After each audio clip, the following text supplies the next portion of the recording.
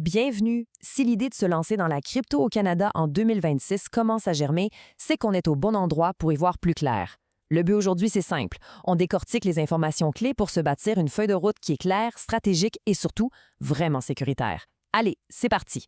Voici notre plan de match pour les prochaines minutes. On va d'abord jeter un œil au nouveau paysage crypto canadien. Ensuite, super important, comment on choisit son point d'entrée. Après ça, on plonge dans les stratégies intelligentes pour investir et, bien sûr, comment naviguer les risques.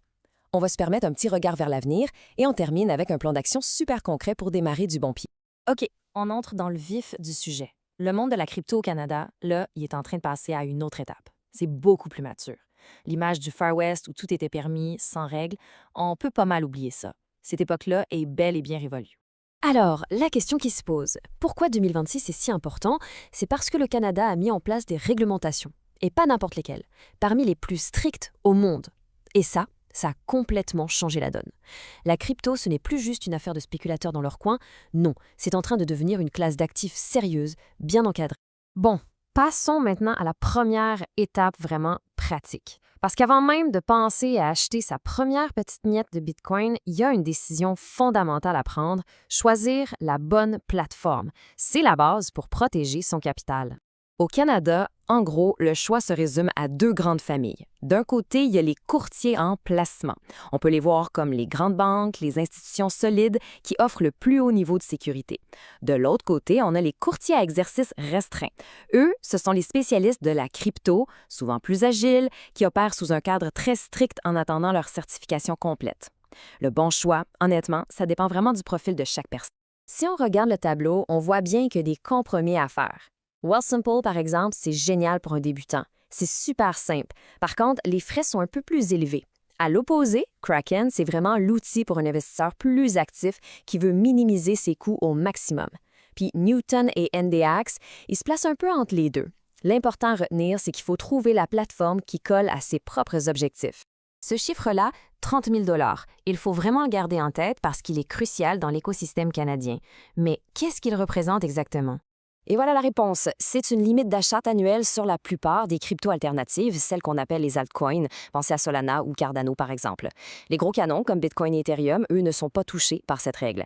Mais concrètement, ça veut dire que cette limite va directement influencer la façon dont on peut construire et diversifier son portefeuille.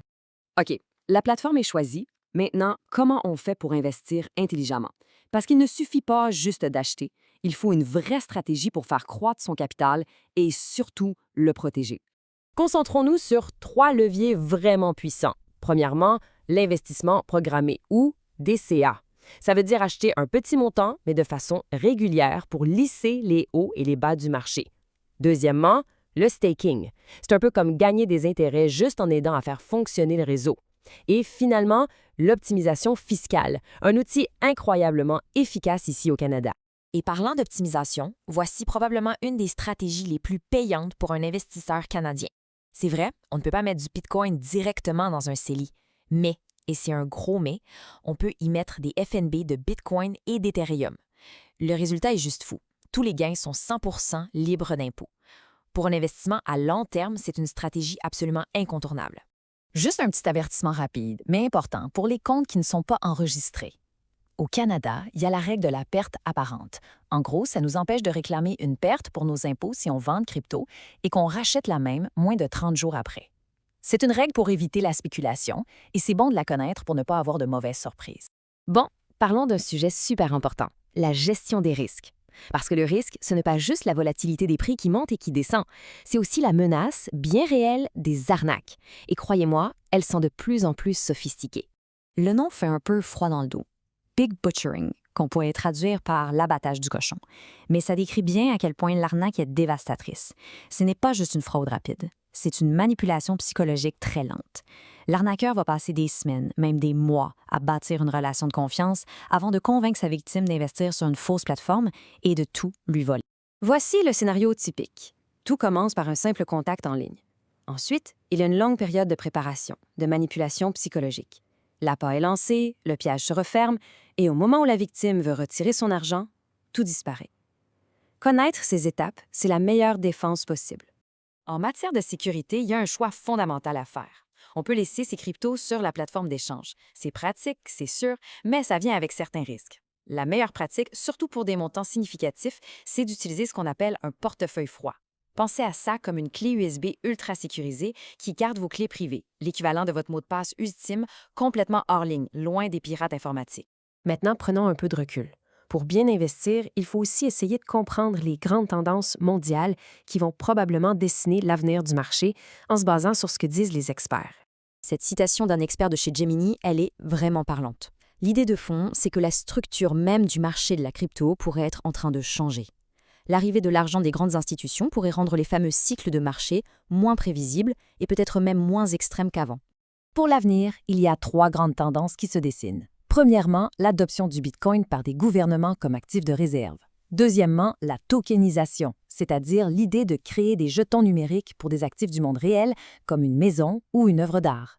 Et troisièmement, la convergence entre l'intelligence artificielle et la blockchain, où les deux technologies pourraient s'aider mutuellement à grandir. On arrive à la fin de notre parcours. Après avoir vu tout ça, il est temps de rassembler les morceaux et de tracer une carte claire, un plan d'action concret pour se lancer de la bonne façon. Alors, en résumé, voici le plan de départ en 5 étapes. 1. On choisit la bonne plateforme réglementée. 2. On bâtit son portefeuille de base de façon fiscalement intelligente avec le CELI. 3. On investit de façon disciplinée avec un plan DCA. 4. On utilise la limite de 30 000 $ de façon stratégique. Et 5. Super important, on sécurise ses actifs. Ces 5 étapes-là, c'est une fondation incroyablement solide et sécuritaire. On termine sur cette question. Le monde de la finance est en pleine transformation et les actifs numériques sont clairement une pièce maîtresse de ce changement. La préparation, ce n'est pas d'essayer de prédire l'avenir.